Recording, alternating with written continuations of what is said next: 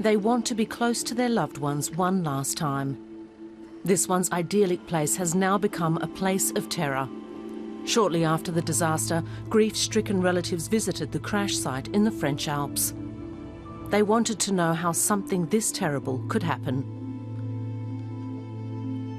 At 10:01 on March the 24th, the Airbus A320 took off from Barcelona airport, its destination Düsseldorf, on board 144 passengers and 6 crew members.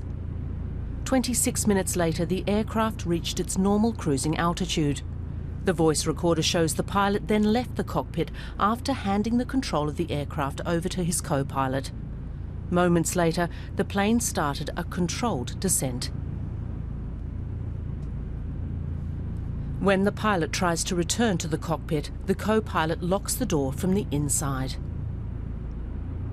As the banging on the door gets louder and louder outside, inside the cockpit, the co-pilot's steady breathing can be heard. Around 10:40, the last noises are taped by the voice recorder. The Airbus then crashes into the side of a mountain.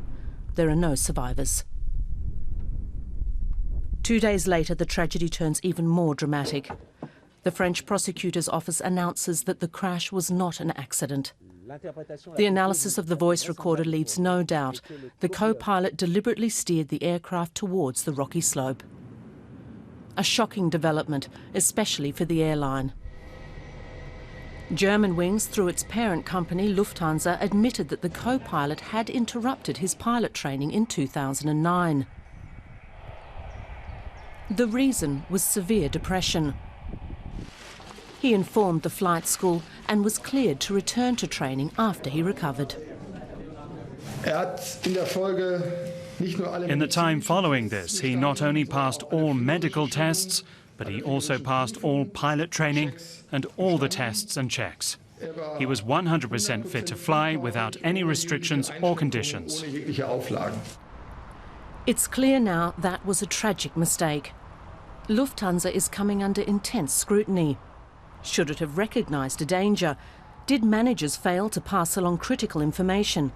Why did the airline certify the co-pilot even though he'd been assessed as potentially suicidal earlier in his career? In short, could the disaster have been prevented? That's something prosecutors in Düsseldorf and Marseille are now looking into to see if anyone else shares responsibility for the death of 150 people on Germanwings flight.